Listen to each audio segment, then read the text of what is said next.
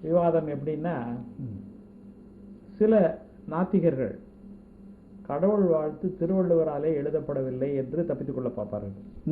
நாத்திகர்களா? ஆமா, அது திருவள்ளுவரே எழுதல, அதை விட்டுட்டு நீங்க குறளை படிச்சீங்கன்னா அதுல ஒண்ணுமே அப்படின்னு எஸ்கேப் பார்ப்பாங்க அப்படின்னு ஒரு ஆர்குமெண்ட் கொண்டு வருவாங்க. அது தேவையில்லாத ஆர்குமெண்ட். எதுக்கு போட்டு? ஏன்னா இந்த குறளுடைய அமைப்பை பார்த்தீர்கள் என்றால் பின்னாடி இருக்கக்கூடிய 1320 குறள் இருக்கக்கூடிய அமைப்பு இதுல அப்படியே தெரியுது. எப்படின்னா, திருவள்ளுவர் இதை சொல்ல வேண்டும், இந்த பெயரை 108 தடவை சொல்ல வேண்டும், இந்த மாதிரி 4 நாளைக்கு உட்கார வேண்டும், காலை எழுந்தவுடன் சூரிய நமஸ்காரம் செய்ய வேண்டும் என்றெல்லாம் அவர் சொல்லவில்லை. எந்த ஃபார்மாலிட்டி சொல்லல. ஆமா, அவர் என்ன cause and effect. Cause and effect. தனக்குமே இல்லாதான் தாழ் சேர்ந்தால் மனக்கவலை போகும். எனக்கு அதை பத்தி கவலை இல்லை, மனசுல கவலை இருந்தா நான் அதை பார்த்து மேனேஜ் பண்ணிக்கிறேன் அப்படின்னா நீ தனக்குமே இல்லாத போக வேண்டாம். உனக்கு வந்து ஒரு சாய்ஸ் கொடுத்துறாரு. வாலறிவன் நற்றார் தொழார் என்கிறாரு. கற்றதனால் என்ன பயன்? வாலறிவன் நற்றார் தொழார் என்று ஒரு கண்டிஷன் தான் போடுறாரு.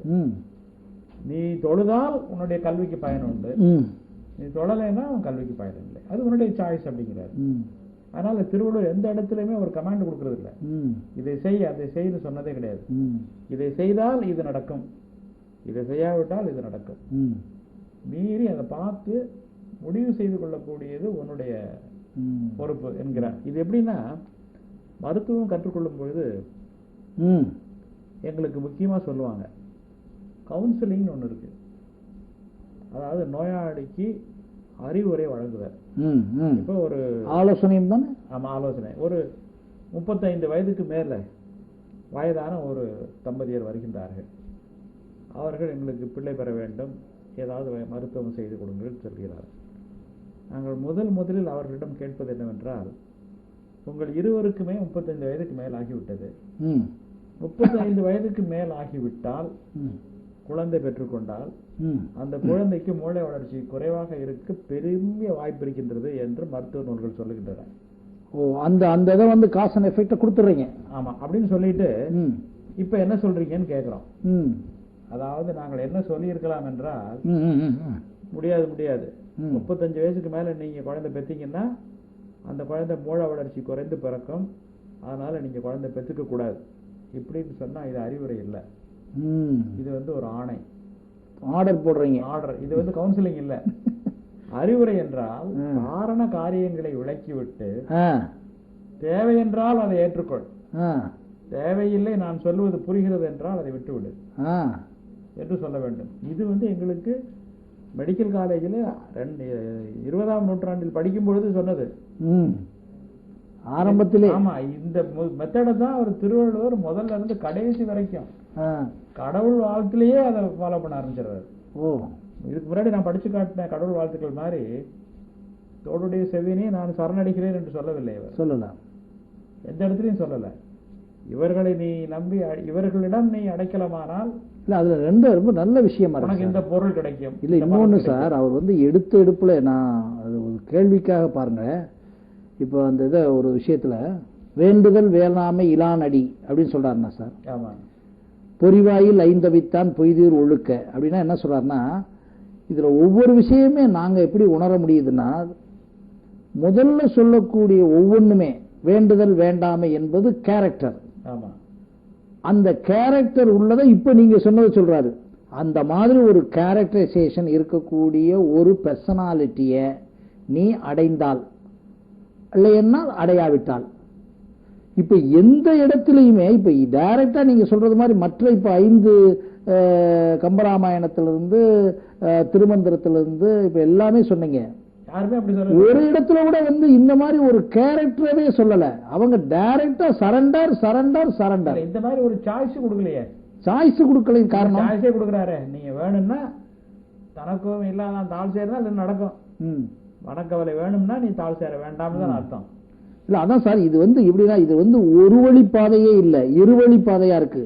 ஒரு கேரக்டர் அந்த கேரக்டரை சார்ந்தால், இந்த இடத்துல வந்து மற்ற எல்லா கடவுள் வாழ்த்துக்களையும் நீங்க சொன்னீங்க. இப்ப பூராமே டைரக்டா சரண்டர் ஆயிருக்காங்களே, அதுல எந்த மீனிங்கும் இல்லையா? ஆமா ஆமா, அப்படிதான் ஏதாச்சும் இருக்கான்னு பாருங்க. ஏதாச்சும் ஒண்ணுமில்லை, அழகிலா விளையாட்டுடையான் தலைவர் அன்னவருக்கே சரணங்கள்.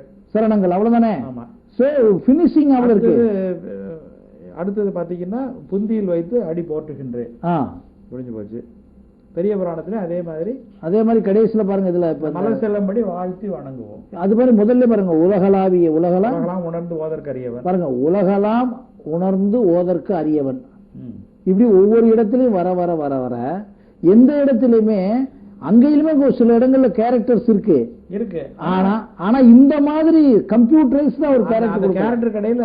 இப்ப நிலவுலாவிய நீர்மலி மேனியன்னு சொன்ன உடனே அவர் சிவனை ஐடென்டிஃபை பண்ணிடுவார். ஐடென்டிஃபை பண்ணிக்கிறார். அது மாதிரி இவங்க பண்ணவே இல்லைன்னா அவர் ஒத்துக்கவே இல்லைன்னு அர்த்தம். அப்படி ஒத்துக்கவே இல்லைன்னு சொல்றதை காட்டிலும், நீங்க சொல்றது மாதிரி நாத்திகம் இல்லை என்று சொல்வதை காட்டிலும் உண்மை என்று ஒன்று சொல்லிக்கிட்டே வர்றாரு மாதிரி தான் தெரியுது. நாத்திகம் என்று நம்ம ஒரு பெயர் குடிப்பதை காட்டிலும் எனக்கு பார்க்க அதான் சரியா.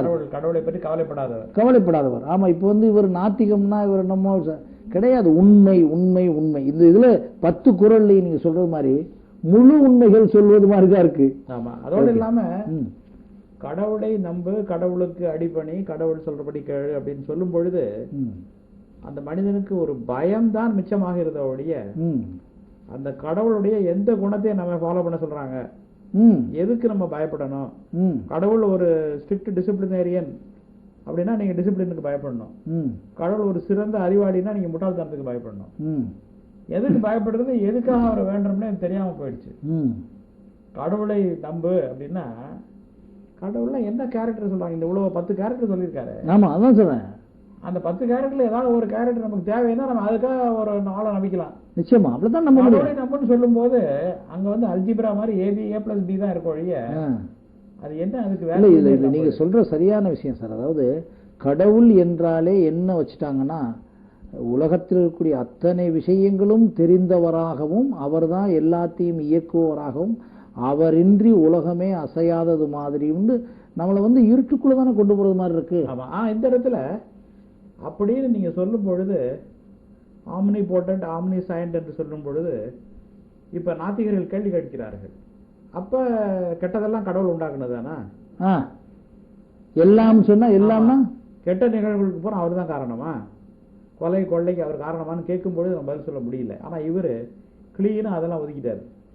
கடவுளுங்கிற பேரையும் பயன்படுத்தல, உலகத்தில் இருக்கக்கூடிய கெட்ட விஷயங்களை பத்தியும் பேசல.